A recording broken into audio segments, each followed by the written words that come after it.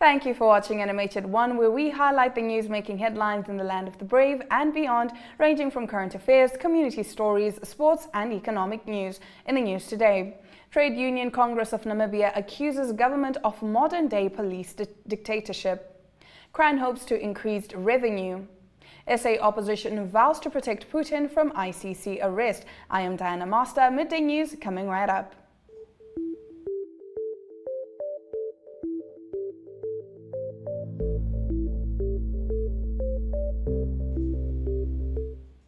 In today's Midday News update, Umbi Karuaye Upi has been named the new CEO of the Miss Namibia organization, a new subsidiary of the Namibia Broadcasting Corporation. This was revealed last night at the Miss Namibia pageant reveal event in Windhoek. Remember to engage with these stories on our social media throughout the broadcast. Visual news coming up after the break.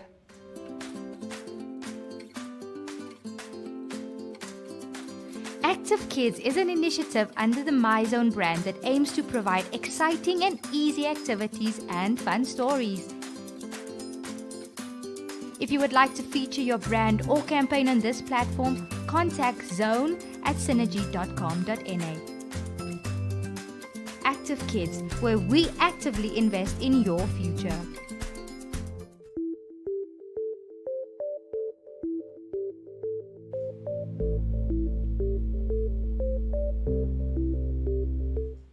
Starting off our visual news this afternoon, the Secretary-General of the Trade Union Congress of Namibia, Maongora Kavihia, has accused the Namibian government of fostering a modern-day police dictatorship. He criticized the alleged police violence against protesters on the Independence weekend and has stated his support for all young activists fighting for social justice, including NEFF activist Michael Amushelelo. Katarina Mosa contributed this video.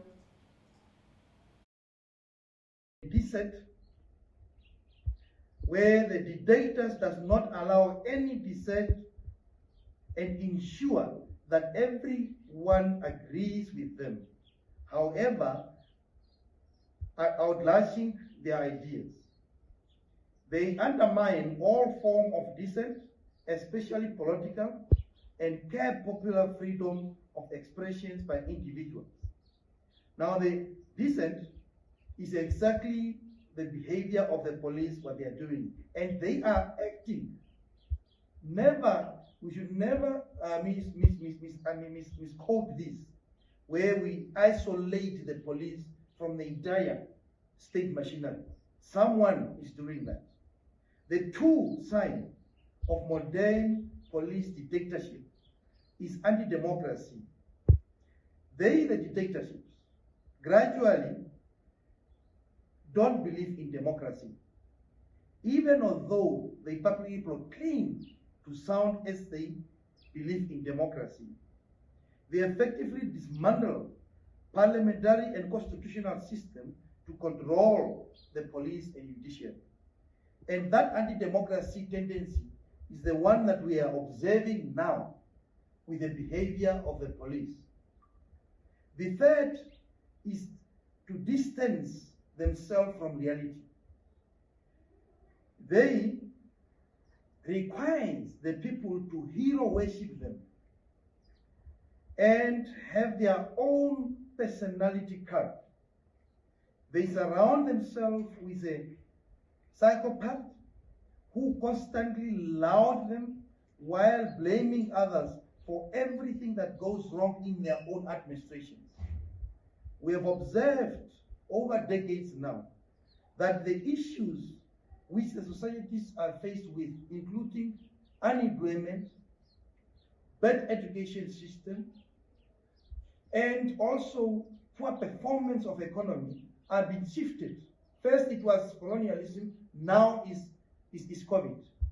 And that is what we call the dictators are distancing themselves from the reality. Getting into our next video, Communications Regulatory Authority of Namibia CEO Emilia Ngigambua says the regulator is looking at increased sources of revenue as one of the outcomes of its integrated strategic business plan, which was unveiled yesterday. Let's take a look. We are looking at increased sources of revenue. This remains a key strategic focus for us, especially towards attaining financial sufficiency. And this is especially because our regulatory framework was designed in such a way that we do not receive any money from Treasury on an annual basis. So we rely on the levies and the license fees that we generate through the regulatory work that we do. And as I said earlier, 60% of that has been caught up in litigation for a while. So this is why we need to look at ways not only to improve financial sustainability, but also to utilize the funds that we have in a manner that enables us to continue defraying the costs that are associated with the implementation of this particular strategic plan. A Rundu service station owner who was filmed whipping his employees caused uproar among Namibians when these videos surfaced on the internet. An update on the story following his self-imposed suspension follows in the newspaper review segment after the break. The Agenda is a weekly national affairs interview program hosted every Sunday by Namibian Sun editor Toyvon Jabela, featuring a panel of high-profile newsmakers, analysts and experts. If you would like to feature your brand or campaign on this platform, contact agenda@synergy.com.na. The Agenda, focused on today's conversation.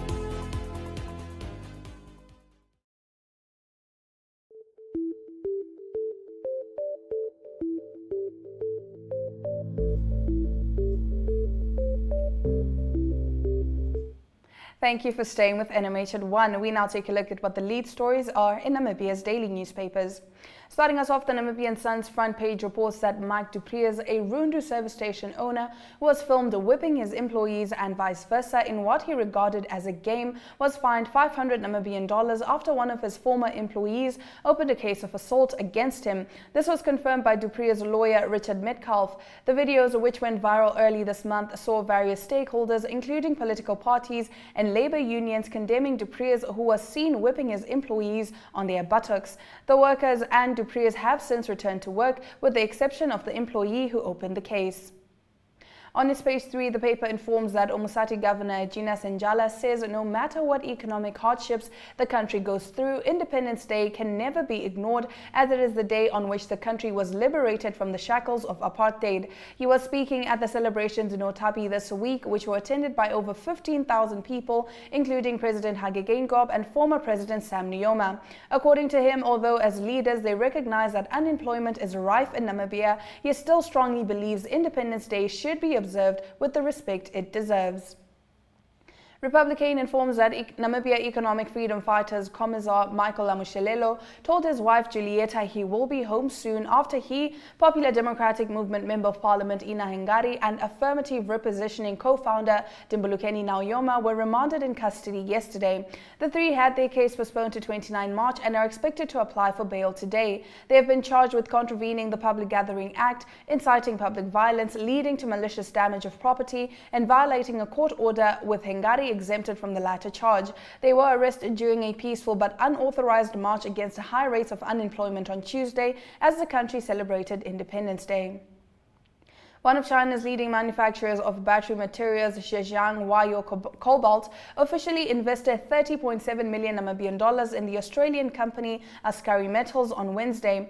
This to acquire shares in Askari Uis lithium project just 5 kilometers outside the town and 2.5 kilometers from the Anradatin mine on Uis. The Askari project covers more than 308 square kilometers in exploration license areas 7345 and 8535. More than 120 surface rock formations have already been logged, many of which have historically been mined for tin and gemstones. Obvious indications of lithium are said to be seen in leftover material from old mining operations. Moving over to the Allgemeine Zeitung, following the clashes between police and protesters on Independence Day, the Trade Union Federation Trade Union Congress Namibia expressed its support for the activists, explicitly including Michael Lamushelelo, and described Namibia as a police state. This is what the Allgemeine Zeitung on their title page opens with. TUCNA General Secretary Maongora Kavihia identifies 5 characteristics that will be examined in more detail. He was mayor of Windhoek for 1 year and now he wants to run for the presidential elections at the end of 2024. Algemene Zeitung's page 2 reports about Job Amupanda, who surprised residents in the central north about a fortnight ago when large posters suddenly appeared with his likeness and the announcement, "Don't worry, your president is coming." As well, Algemene Zeitung shares some more information on his aims to become the new Namibian leader. Stick around after the break. We continue with our newspaper review segment. Africa Good Morning is a current affairs program that brings you the latest from Southern Africa and beyond. News, economics, sport, weather, interviews, and so much more. For any advertising or news-related queries, contact agm@synergy.com.na. Africa Good Morning, bringing Africa to you.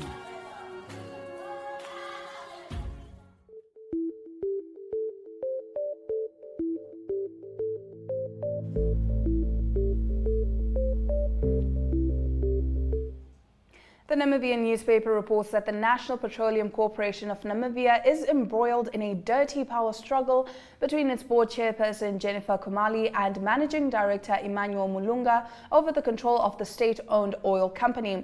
Kumali is accused of interfering in operational matters after she instructed Mulunga to act fast on a dispute involving a friend of hers, also a businessman. She is also accused of pushing Namco into a hydrogen deal despite concerns from the managers regarding the terms of the partnership. The budget of the Office of the President has increased with 343 million Namibian dollars to almost 1 billion Namibian dollars after taking on 2 government departments. The Namibian presidency took over the Department of Government Air Transport Services and regional governors from the Ministry of Works and Transport, as well as the Ministry of Urban and Rural Development. On to New Era, it is reported on its page 1 that the Namibia Revenue Agency has surpassed its revenue collection target by about 2 billion Namibian dollars, a good month before the financial year comes to a close. NAMRA has thus far collected 55 billion Namibian dollars from businesses and individuals. Last year, the state revenue collector was required to collect 53 billion Namibian dollars in what was seen as an ambitious target by then. By the end of February 2023, well before the end of the government's financial year of 31 March, they had collected 55 billion Namibian dollars. This impressive figure was confirmed by NAMRA spokesperson Yarukekuro Ndorokade at a media engagement yesterday. The Kavango West Governor Sekao Siku is fed up with power cuts that have been infuriating to her and the rest of the region. She said these power interruptions are affecting business and service delivery to the inhabitants of the region. Siku said she feels what businesses, especially at Nkurenkuru, are feeling due to power interruptions. The Northern Regional Electricity Distributor always says the power cuts are due to scheduled maintenance. What is currently happening at Nkurenkuru is plain mismanagement. No power interruption to our capital should take more than 4 hours if power from Nampower is available at Mpasi substation, she said. Moving on to Market Watch, South Africa's annual consumer inflation rose for the first time in 4 months, edging to 7.0% in February from 6.9% in January, according to Stats SA. Fin24 recently reported that South African inflation expectations rose at the start of 2023, suggesting the central bank may keep interest rates higher for longer. Average inflation expectations for the year increased to 6.3% in the first quarter from 6.1% previously, according to a survey conducted by the Stellenbosch-based Bureau for Economic Research. The Cereals and Other Producers Board is set to install a milling and packaging plant in Iringa region as part of efforts to meet the growing demand for maize flour. More on this story in Economic News when we return.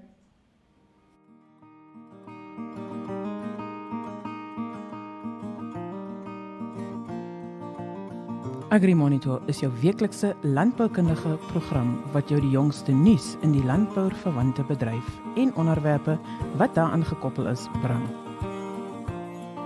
Vir enige advertensie of nuusverwante navraag, kontak agrimonitor@synergy.com.na.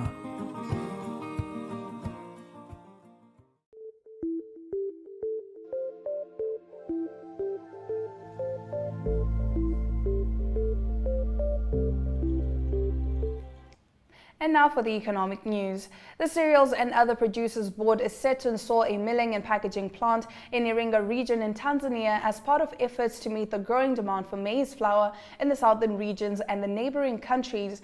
In effect, the state-run agency targets countries in both the Southern African Development Community and the East African Community. CPB head office is working round the clock to purchase and install an ultra-modern technology plant to supplement the yet well-functioning plant whose installed capacity does not match the ever-growing customer demand from both within Tanzania and in the SADC and EAC states, said CPB Zonal Manager for the Southern Highlands, Dr. Jasper Samuel. The board has a plant in operation that was commissioned in 1976 to process between 50 and 55 tons of maize a day, but its current capacity is about 45 tons of maize flour.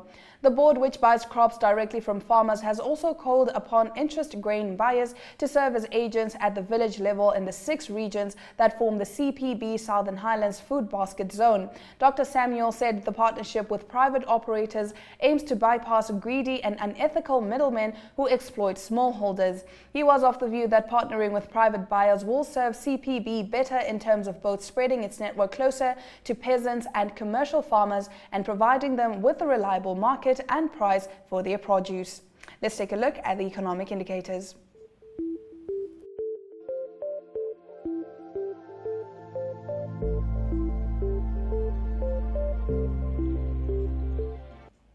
The Namibian dollar has weakened against the US dollar and the Chinese yuan, while 0.01% increase in value is seen against the euro and British pound. First Rand Namibia stocks are now at 36 Namibian dollars and 21 cents after a 6.3% price increase on the NSX.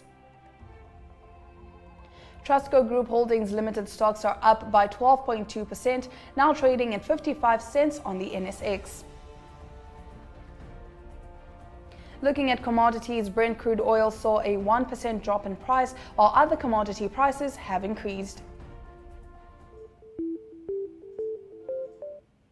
South African opposition party, the Economic Freedom Fighters, have welcomed Russian President Vladimir Putin to visit Pretoria despite an arrest warrant issued by the International Criminal Court against him. Stay with NMH at 1 for an update after the break. In Business 7, you get news on current economic, financial, and business matters in Namibia. The weekly show features interviews with experts and in-depth analysis of burning issues in a way that caters for ordinary Namibians and business connoisseurs alike. For news-related or advertising queries, please contact B7 at synergy.com.na.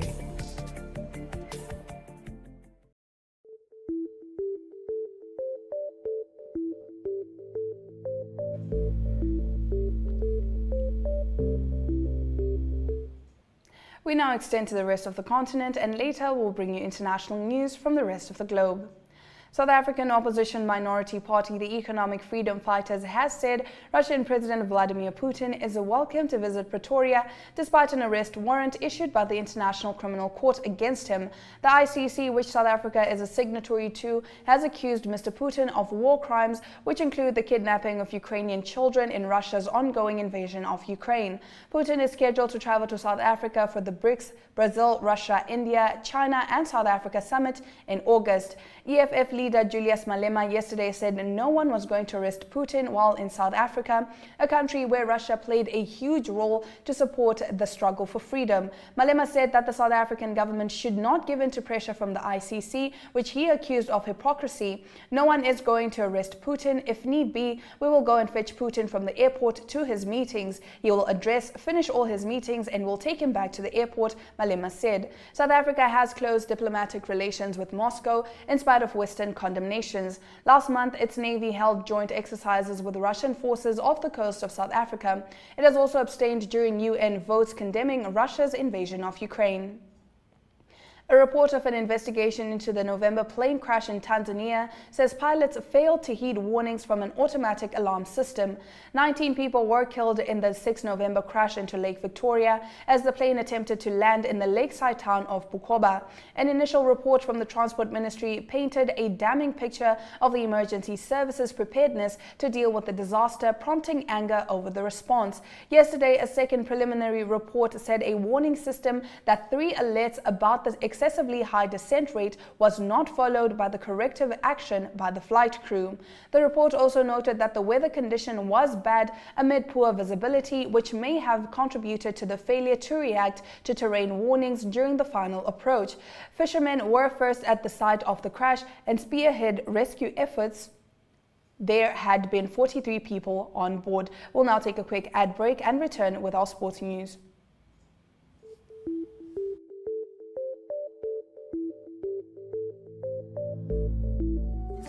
Take a load off and tune into another episode of Brave Namibia as we take a look at both ordinary and extraordinary Namibians. Brave Namibia is broadcasted on NTV Saturdays at 6:30 p.m.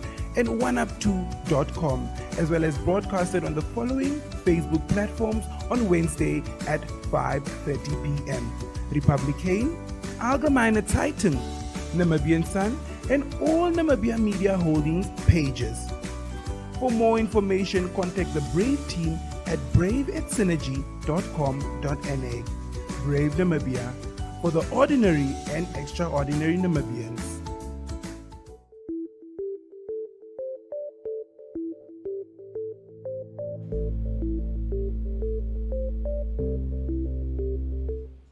Before we get into our sports news, let's take a look at the international news. The US and Canada have reached a deal to reject asylum seekers at unofficial border crossings, officials say. US President Joe Biden and Canadian Prime Minister Justin Trudeau will announce the pact today during Biden's visit to Ottawa. The accord is expected to follow officials on both sides of the border to turn back such asylum seekers heading in either direction. The US side has also seen a rise in migrant crossings there from Canada.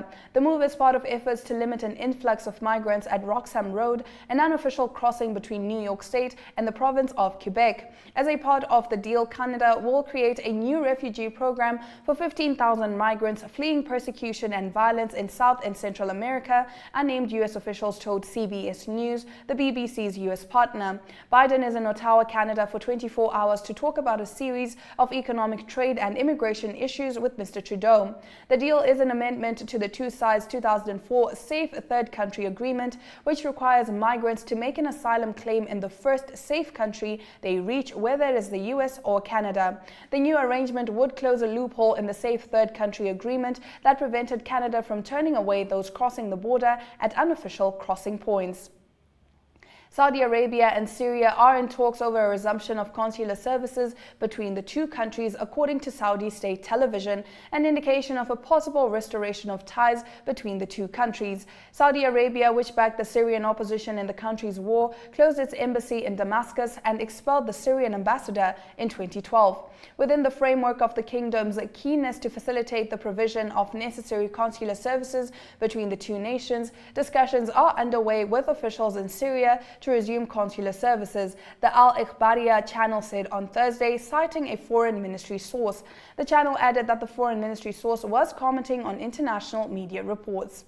After the break, we get into our local sports news. Stay tuned.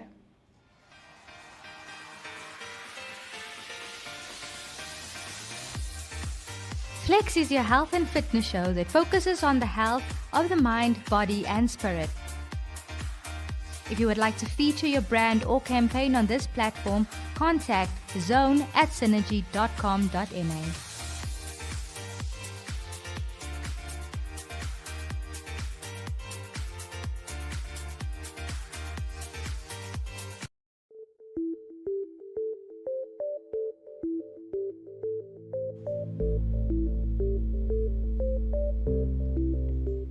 Starting off our local sports news, the unpredictability of a well-balanced international triathlon should make tomorrow's Africa Cup event in Swakopmund one of the most memorable sporting events of the year on Namibian soil. The Namibian Triathlon Federation's presentation of one of the grand events of World Triathlon, with Prosperity Health and RMB as the main sponsors, is a feather in the organizers' cap. The broadcast will be on the Facebook pages of Republicane, Namibian Sun and Sport Rap, as well as the YouTube channel of Namibia Media Holdings and the website Oneuptwo.com, as well as the NTV channels 285 on DSTV and Channel 94 on GoTV. Namibian athletes with disabilities won 45 medals at the just-ended 2023 Toyota South African Sports Association for the Physically Disabled National Championships in Cape Town, South Africa. The 2023 edition of the annual championships, which bring together athletes from 9 South African provinces and other Southern African countries, was held from 17 to 22 March at the Greenpoint Stadium. The Gravel and Dirt Sundowner Series took place at Hea Lodge on Wednesday. The series consists of 8 races and cyclists are required to participate in at least 6 races, as their top 6 times will be used towards calculating ranking points. All the races, 24 kilometers, are taking place at Hea Lodge. Caroline Yannick, a participant in the Wednesday race, showed no signs of stopping and said she's passionate about cycling and has been at it since 2012. Stick around, we'll be right back with international sports news.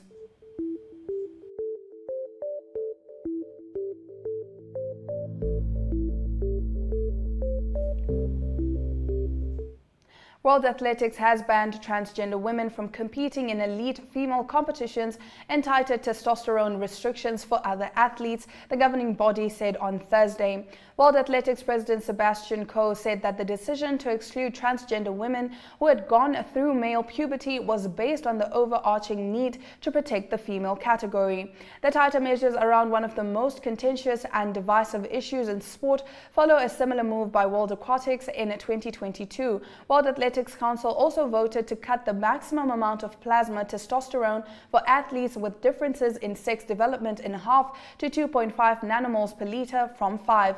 DSD athletes will also have to reduce their testosterone levels below the new limit for a minimum of 24 months across all events to complete double the previous time.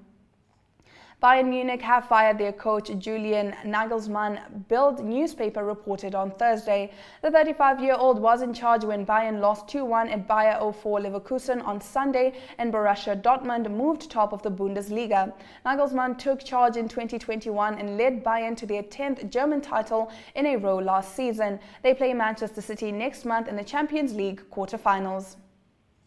Americans Jessica Pegula and Coco Gauff secured straight sets victories over Canadians on Thursday to book their spots in their third round of the Miami Open, while Indian Wells champion Elena Rybakina battled to a win over Anna Kalinskaya. Third seed Pegula beat qualifier Catherine Sebov 6-3, 6-1 and will next face fellow American Danielle Collins, while sixth-based Gauff eased past Rebecca Marino 6-4, 6-3 to set up a battle with Russia's Anastasia Potapova. If you're just joining us, this is NMH at 1 and we will get into the highlights from today's broadcast after this short break.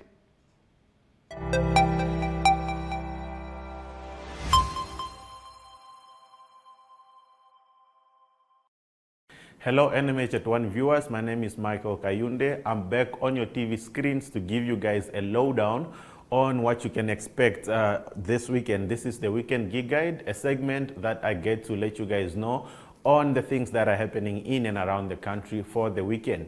We kickstart with the first event, that is Chill Sessions, a show you can catch tonight right here on Namibian Sun's Facebook page at 1900.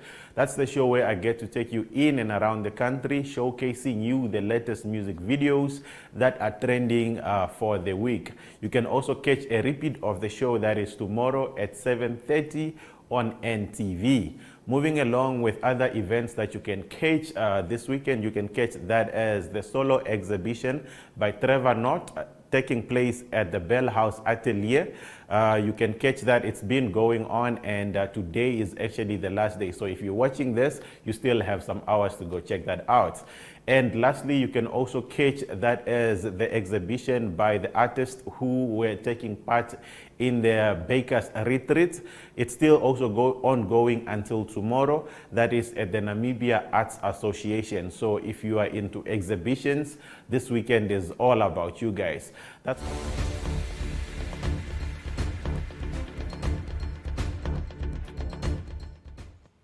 And that brings us to the end of the show. But before we say goodbye, let's take a look at the highlights from today's broadcast. South African opposition party, the Economic Freedom Fighters, has said Russian President Vladimir Putin is welcome to visit Pretoria despite an arrest warrant issued by the International Criminal Court against him. The US and Canada have reached a deal to reject asylum seekers at unofficial border crossings, officials say. It all goes down tomorrow as the Namibian Triathlon Federation's presentation of one of the grand events of World Triathlon takes place in Swakopmund. The broadcast will be on the Facebook pages of Republicane, Namibian Sun and Sport Rap, as well as the YouTube channel of Namibia Media Holdings and the website Oneuptwo.com, as well as the NTV channels 285 on DSTV and channel 94 on GoTV.